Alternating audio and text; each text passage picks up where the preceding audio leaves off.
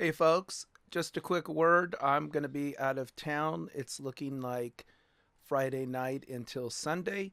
So, first thing on Monday, as soon as I can get a chance, I will try to get my comments posted for stage 14 and stage 15.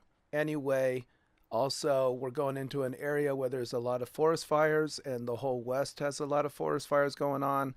So just a quick thought to the folks and the critters out there in the forest and the people's property that are potentially under threat. We always hope that their homes are protected and the fires shift or the humidity comes in and kicks up to help the firefighters get these things out. And then for those who have asthma and things like that, it's a real bummer when the air quality gets really bad when that smoke just comes down into the valleys. So anyway, if you're in an area with fresh, clean air, that's wonderful. And just want to send thoughts to those folks who are sitting there either with their property under threat or breathing in essentially toxic air. Looking back on stage 12 in Nibali, it turns out that when he got tied up with the spectator and went down hard, he fractured part of his vertebrae. So he is also out of the Tour de France. And that's too bad because even if his attack yesterday going up Alpe d'Huez was a little bit more show or just to kind of see if anybody was hurting as bad as he was, he had an opportunity to at least be there with Landa and those final four others, the final five. He could have made it six. And I don't know if he could have kicked Geraint Thomas to the finish, but he may have. And that would have been interesting and nice for him if he had been able to at least get a stage win. But Nibali is out of the Tour de France, and give that man an espresso, a nice Chianti, or a nice Dolcetto. He deserves it. I was wrong about TJ Van Garderen. I thought, because I sort of lost coverage here for a little bit, that he was in the breakaway and then he was falling out of the breakaway. No, TJ was in that core peloton going up the second horse category yesterday, and he was just falling out of that.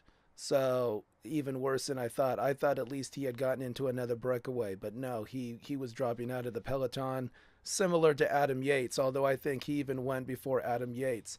And Adam Yates, just a little out of shape, a little out of form. Maybe he can bounce back by the Pyrenees. The heat seeming to have gotten to him.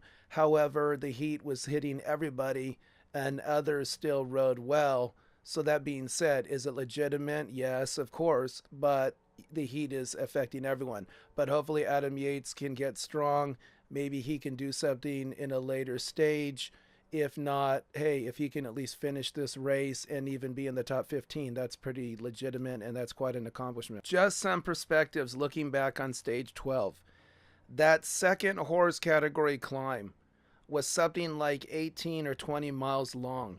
So just think about doing a sustained climb for 17, 18, 19 miles. And you think about that Kreuzvich, he did it in 1 hour and 13 minutes.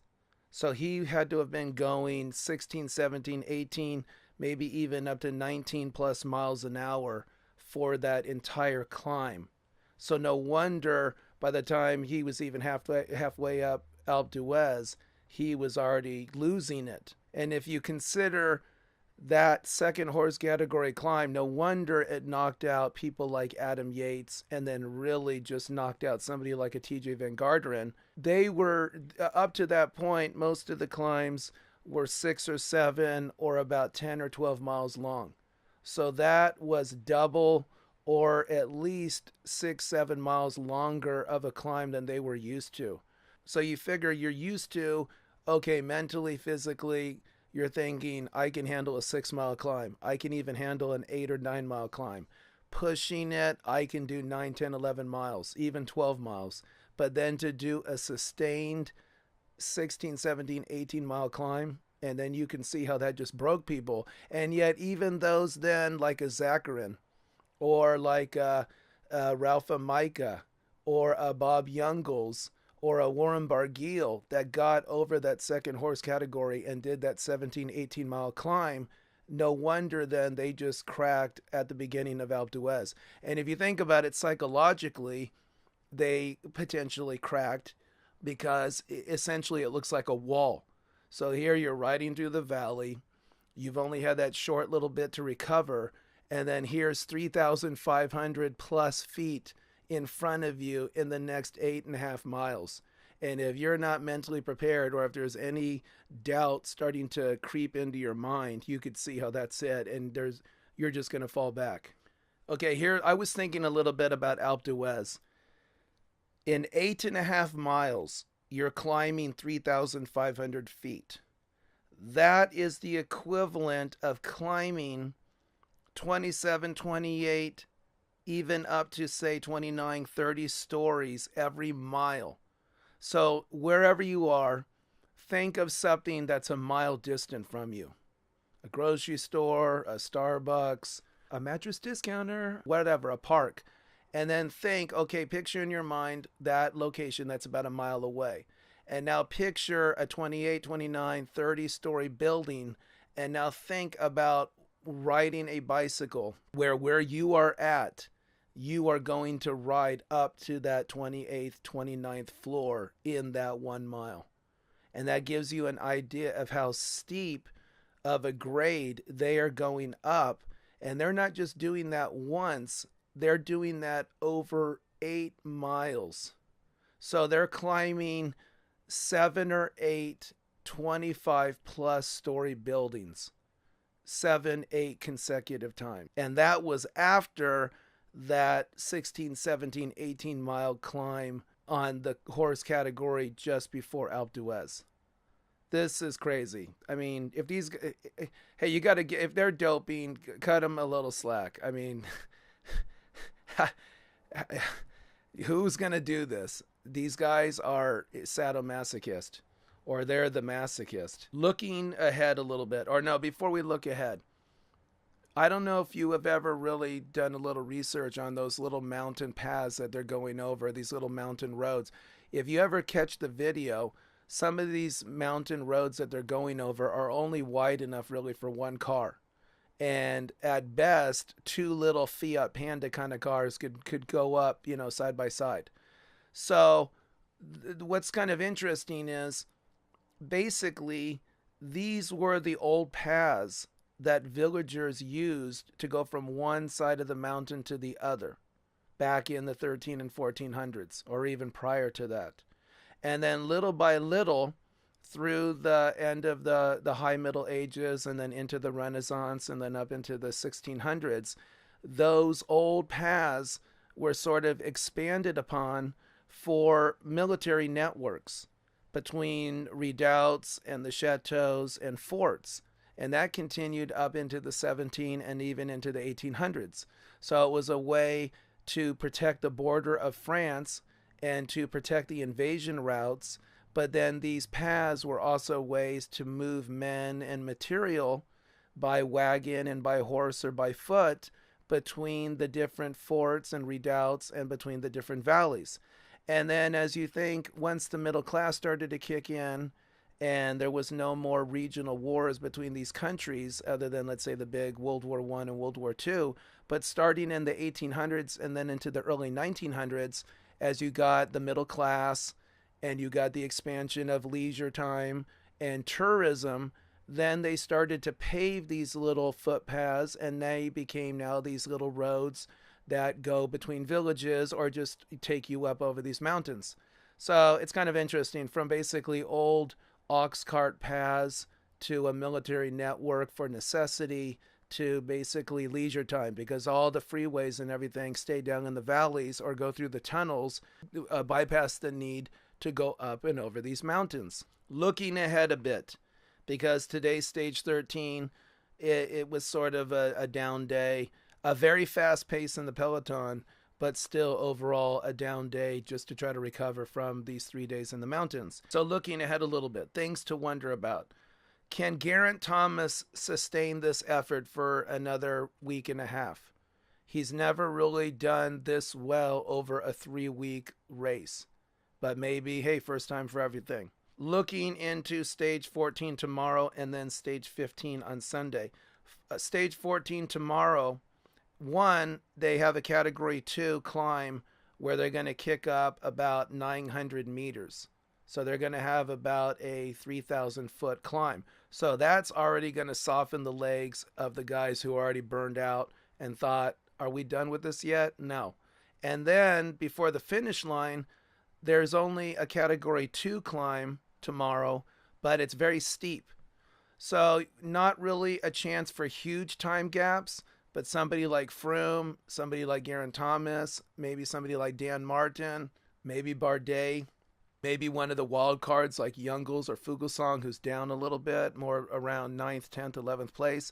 Maybe it's a chance for them to do a quick attack and gain 8 or 10 or 15 seconds on arrival.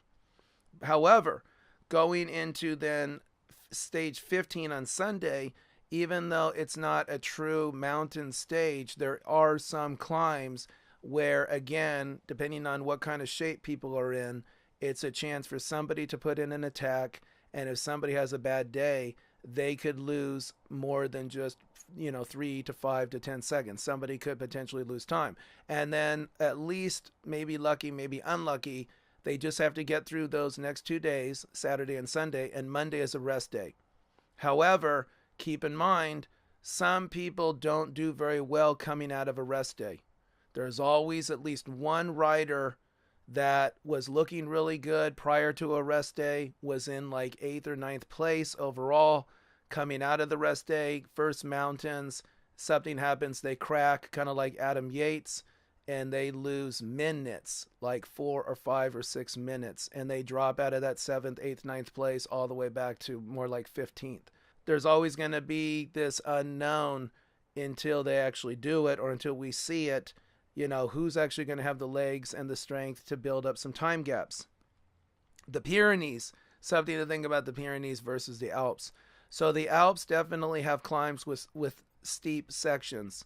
However, like that horse category on stage 12 that was 17, 18 miles long and more gradual, the Pyrenees tend to have climbs that are still long but have really steep sections and multiple times. So there'll be 200-300 meters at 10%, and then there'll be another 500 or 600 meters at 10%. So what can happen is, say somebody like Dumoulin, he's more of a diesel engine.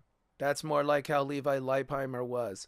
They find a pace, they can do small kicks, and they can sustain a small kick, but only for maybe 50, 80 meters. And then they have to go back to just that tempo. Quintana and Contador, when he was in his prime, was great at it. He could do multiple kicks.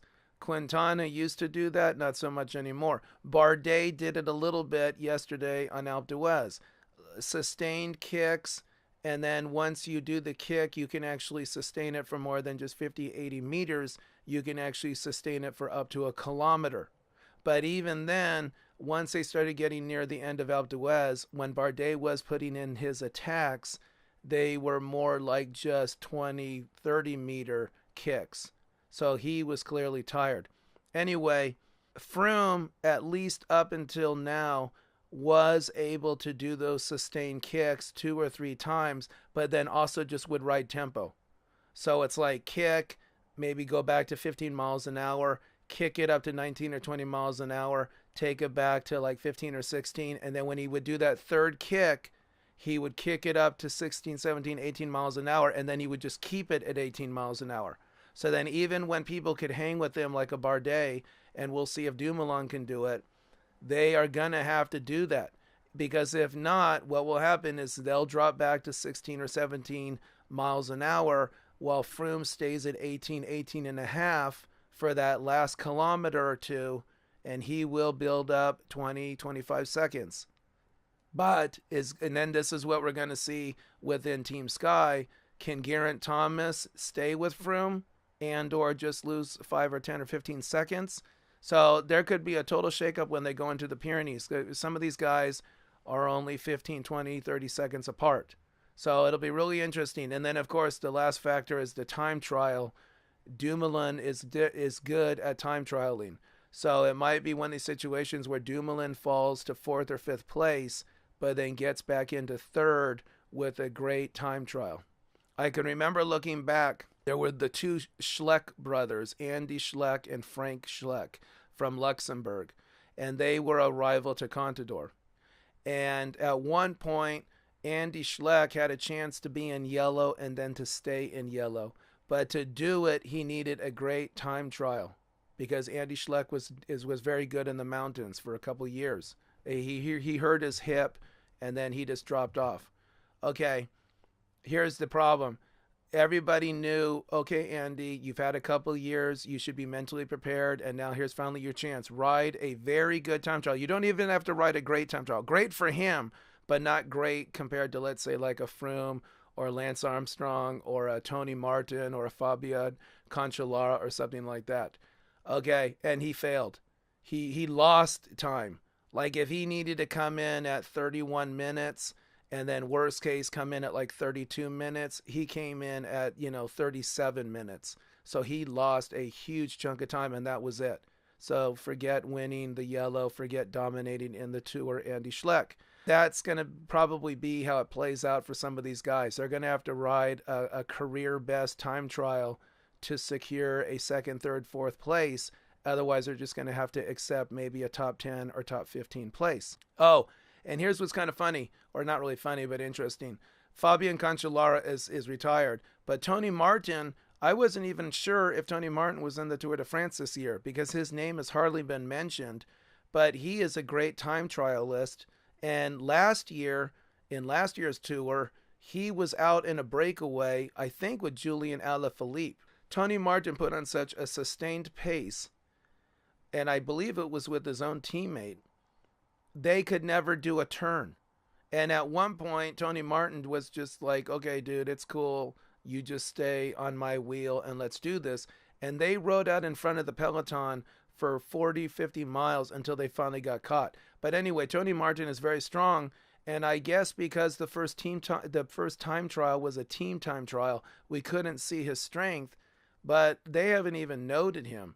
So it's too bad because usually Tony Martin is a threat to either win a stage or at least to win the time trial.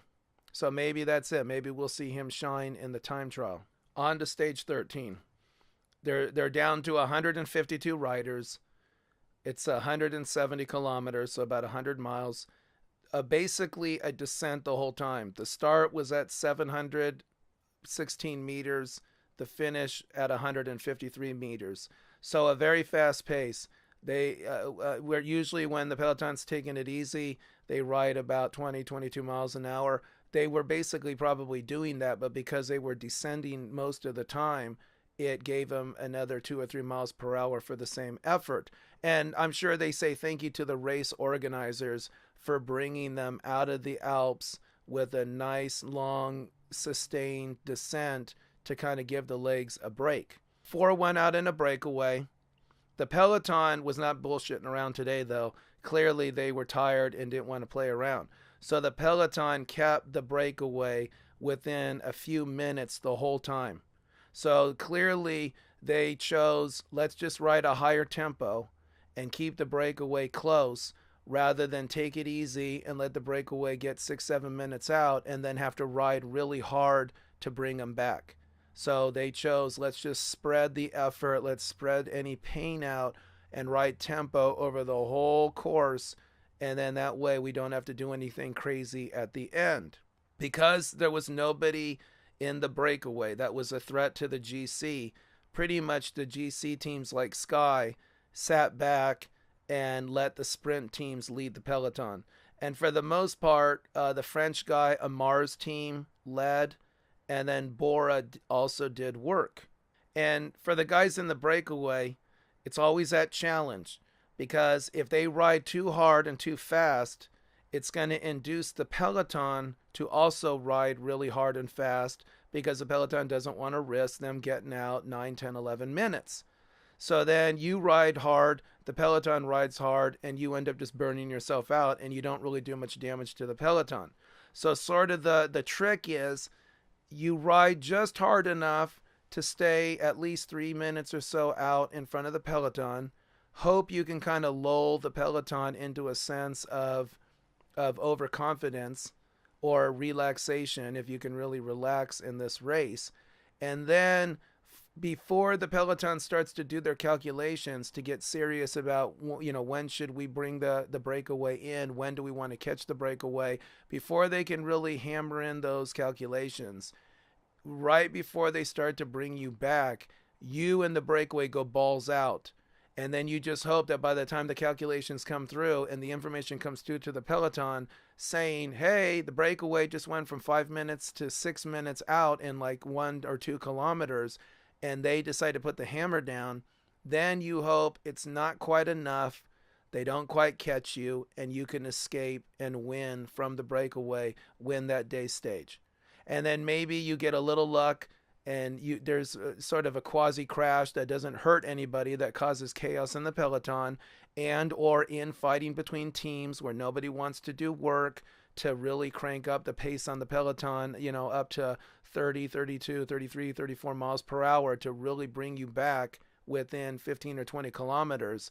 But you can see how hard it is and how rare. And especially with the cars and the radios and the helicopters and the computers, they can constantly recalculate and then know where the breakaway is. We're back in the olden days when things were just passed by messages between the motorcycles. You could have 3 minutes, 5 minutes, 10-minute gaps, and in that somebody could be doing something and then you wouldn't find out for 10 or 15 minutes. So they've thought about eliminating radios from the race, and they kind of experimented one time or on one stage, I think, a year or two ago.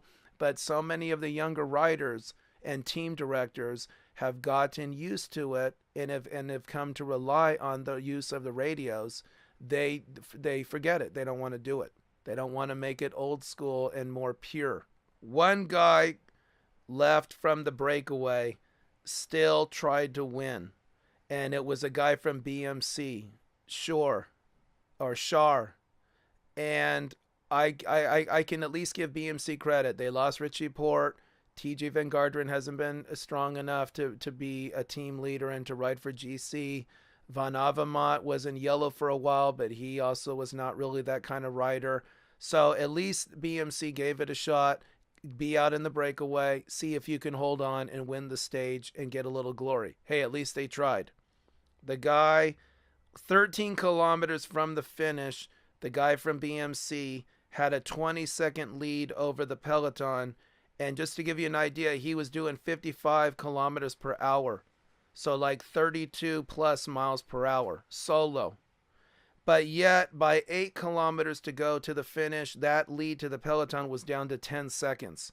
So they already were pulling him back, even though he was doing 30 plus miles an hour. The peloton was going fast, and consider these aspects. Why sort of the peloton follows this pattern. I mean, there's kind of a logic to it, in other words. Okay, one logic or one aspect. The teams that are in the GC, like Sky, they want to drive the peloton in those last 10, 15 kilometers to protect themselves. They want to avoid any crashes. They want to ensure any crashes are behind them. And they want to make sure they don't lose any time to a rival. Because if there's a crash or something more than 3 kilometers out, then there is no protection for the time. And so then you could lose time.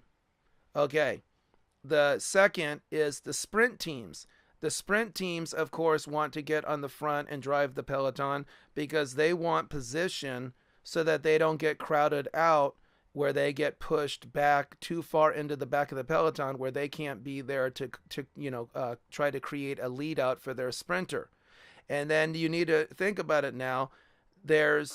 They're coming into these cities or these finishes, often going through left turn, right turn, left turn, right turn, and these sections where the road becomes very narrow.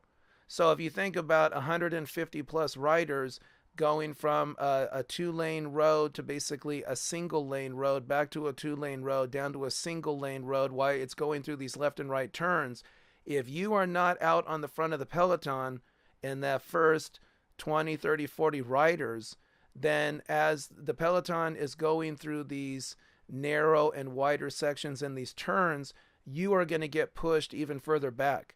So, let's say you're 15 or 20 feet back from the front of the peloton. They go into a hard left turn and then a hard right turn. As people are braking and then converging closer together before they can spread out, you may get pushed back 15, 18, 20 feet and lose 6 or 7 places. It's basically the GC teams for protection and for any time gaps, and then the sprint teams to try to claim a spot to set themselves up. And then if you think about it, then you need power. You need power to stay on the front of the peloton. So what you see is as they are getting in 10 kilometers, 5 kilometers, 3 kilometers from the finish, the GC guys are up there just to protect and protect themselves for their times, and then the sprint teams are up there for the win, and everybody else starts to just drop off to where the peloton goes from being maybe 200-300 feet long to where they're strung out over an entire kilometer, because the guys who are way out of contention, who are an hour back from the yellow, once they get inside 3 kilometers, they know even a crash isn't going to hurt them. So then what do they care if they come coasting in 2-3 minutes after the winner? But if you think about the guy doing solo was doing 55 kilometers per hour solo, and he still got caught by the peloton. These guys are doing 55 plus. So they were doing 60, 65 kilometers an hour. So think about the kind of power you have to drive, even from a GC team. So a Chris Froome, a Geraint Thomas, a Tom Dumoulin, they're not ever going to really win against a strong sprinter or even a kind of an all-arounder like a Fabian Cancellara, but who's an all-arounder except for in the mountains. But they still have to be able to ride at 55, 60 kilometers per hour for at least that 10 or 15 kilometers leading into these flatter stages, just to make sure they don't get screwed by their positioning. Okay, coming into the last kilometer. Philippe Gilbert, he went for it. He jumped out. He got a lead. He was kicking ass. He was dropping the sprinters and all the lead outs in the front of the peloton. But then you could see after 300, 400, 500 meters, Philippe Gilbert started to slow down. And then here comes Demar's team. Here comes Sagan a few places back. There's Christophe. Here they come. They blow right by Philippe Gilbert with about 400 meters to go. Demar gets his lead out. Arnaud Demar, I believe, or Arnaud Demar gets his lead out. He's winning. Here comes Christophe. Christophe is just nipping by Demar, and then here comes Sagan from third. Sagan wins. Peter Sagan wins. And Demar came in third, Christophe second. And what's kind of impressive, to give credit, shout out to Taylor Phinney, the American. He finished in the top 10 a few seconds back, second or two or so back. Van Avermaet, he finished in the top 10 a second or so back.